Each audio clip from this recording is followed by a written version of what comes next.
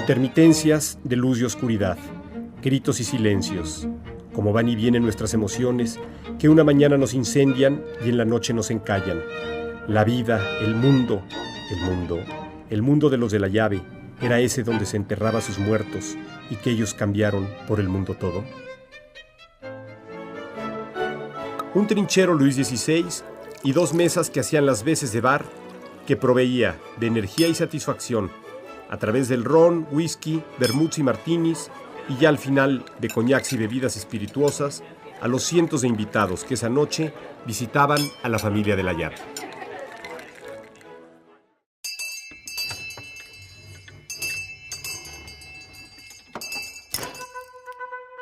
Justo hizo su primera comunión a los 8 años.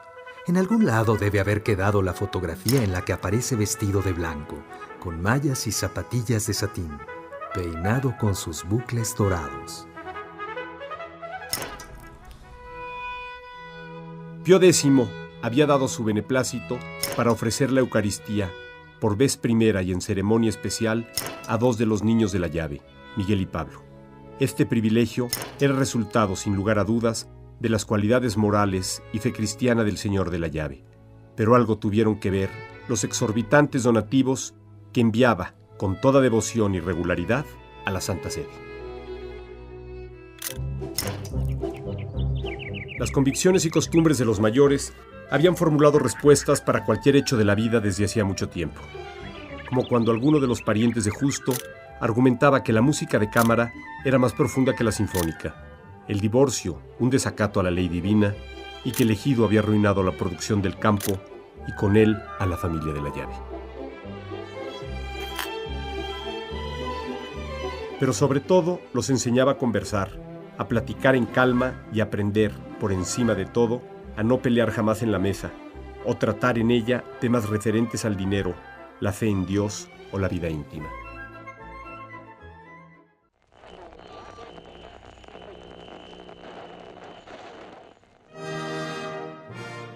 La audacia no era la audacia así nada más. La audacia era del padre de Fernando de la Llave, que organizó las primeras transacciones financieras del país. Sin embargo, todo aquel arrojo no se confundía con la valentía. Encarnada en un famoso tío Ignacio, general de división, cuyo nombre se conserva asociado a un estado de la República. La inteligencia. El tatarabuelo que tradujo a los clásicos y fue 8 veces ministro y 2 presidente de la República. La belleza. La gracia legendaria de Elvira de la Llave, que en su juventud, contaban, trajo loco a medio México. La santidad. No obstante, gozaba de un lugar privilegiado en el credo familiar y era representada en toda su plenitud por Julia, abuela de Santiago, que protegió a decenas de religiosos en tiempos de la Guerra Cristera y a quien Nicolás de la Llave, encarnación a su vez del amor eterno, lloró desde que ella murió tan joven. La curiosidad. No era sino la asombrosa capacidad del mismo bisabuelo Fernando para aliviar con homeopatía. ¿Y la maldad? Tía Trinidad, solterona empedernida.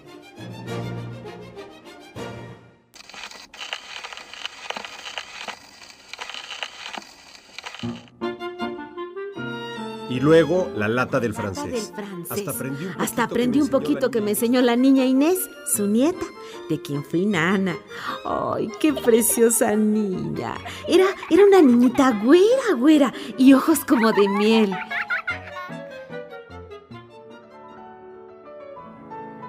Edelmira sostenía que sus recuerdos eran los mismos de sus señores, y para qué quería otros.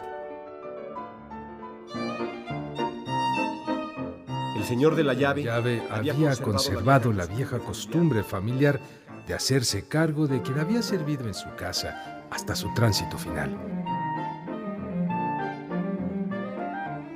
Las nanas de piel color tabaco, con delantal y cofia de blanco inmaculado y puro, como sus intenciones hacia esos niños que cuidaban bajo la mirada atenta de la nana Edelmira.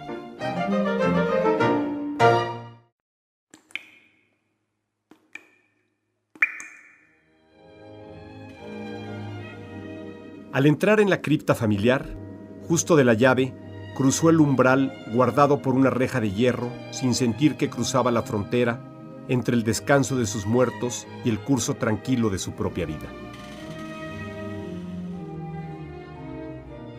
Manuel era un precioso niño que aún no cumplía un año cuando empezó a tener fiebres infernales desde antes de salir del puerto de Veracruz. Finalmente, lo arrojaron por la borda con 2 bolas de plomo amarradas al cuerpo. Manuel de la Llave, 1892, latitud norte 30 grados, 10 longitud oeste, sobre el mar Atlántico, Ries Cantimpache. Tía Hortensia, Al saber que su lugar estaba ya asignado en medio de parientes con los que no simpatizaba, a los que no había conocido o con quienes simplemente no quería permanecer hasta el fin de los tiempos, aprovechó para desalojar uno de los espacios y ocuparlo con los huesos de Sansón, su fiel y hermoso French Poodle al que adoraba y a quien designaba como compañero para la eternidad.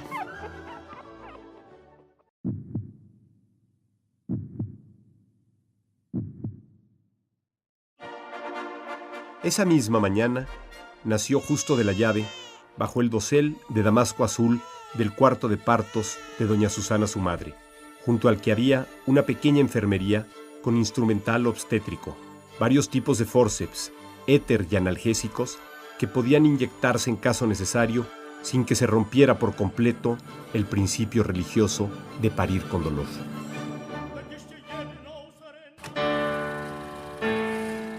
Al ver los Decía don Fernando que esos niños tenían comprado su futuro.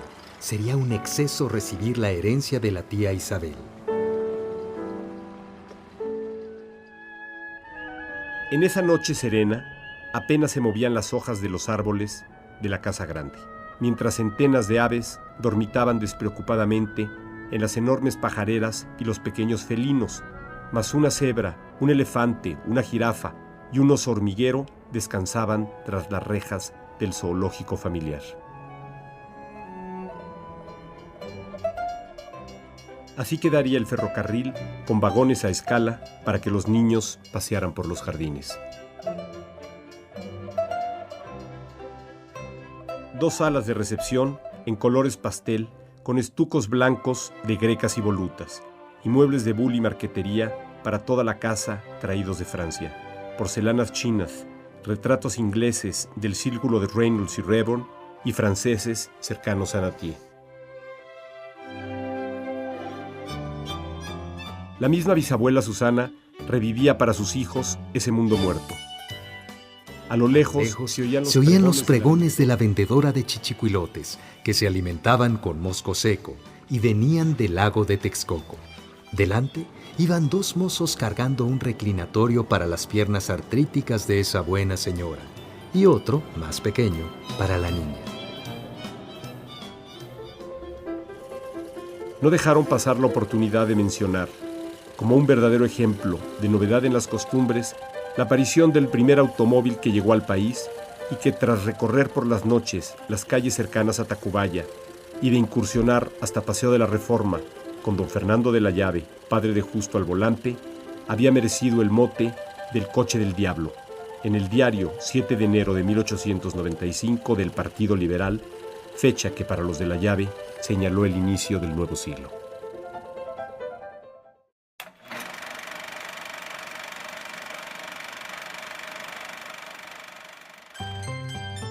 Al menos así fue hasta que el accidentado trajín de la historia nacional amenazó con agotar la fortuna familiar, haciendo surgir entre ellos el expediente de algunos matrimonios adecuados, pero sobre todo un genio financiero que fundó el primer Banco Nacional y se convirtió en referencia obligada para todos los de la Llave.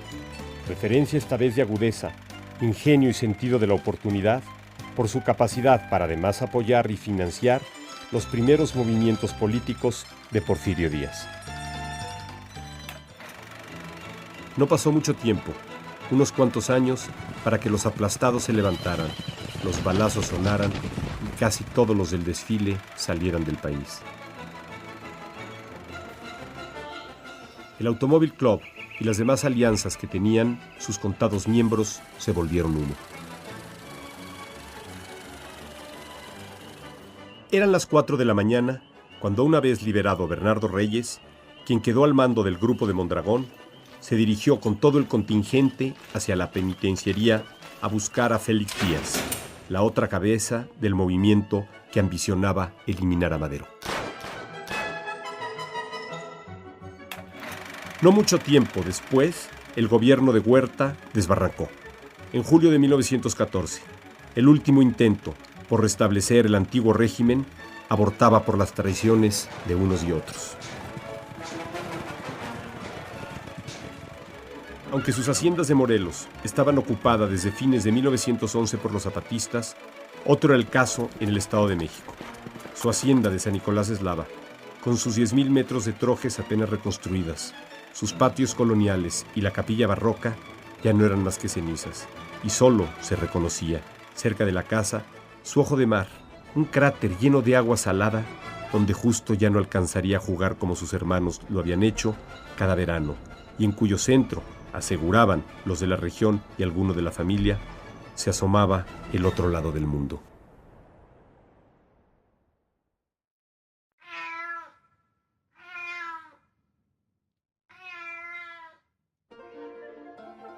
Nahuiolín se llamó también Carmen y era hija de un general que se unió a Victoriano Huerta e inventó un cañón y un rifle de repetición y 8 proyectiles que usaron los franceses contra los alemanes. La noche del 9 de febrero de 1913, su padre, el general Mondragón, le pidió a don Fernando de la Llave que alojara por unos días a sus hijas, Carmen y María Luisa, mientras él, junto con Félix Díaz, buscaría el triunfo en la Ciudadela. En esta carta de 1928, mamá me platica horrorizada que Carmen Mondragón, mi amiga de niña, con sus trenzas claras y sus ojos maravillosos, apareció casi desnuda en un periódico, y luego le dio por llamarse Nahui o algo así y hablar con el sol. Tantos años después, de Nahui no quedaba ni su nombre completo ni la última arista de su cruz, y solo salía de su casa cuando el sol estaba en el cenit. El resto del tiempo se lo dedicaba a sus gatos. Vivía entre sombras, con las ventanas cerradas y las cortinas echadas.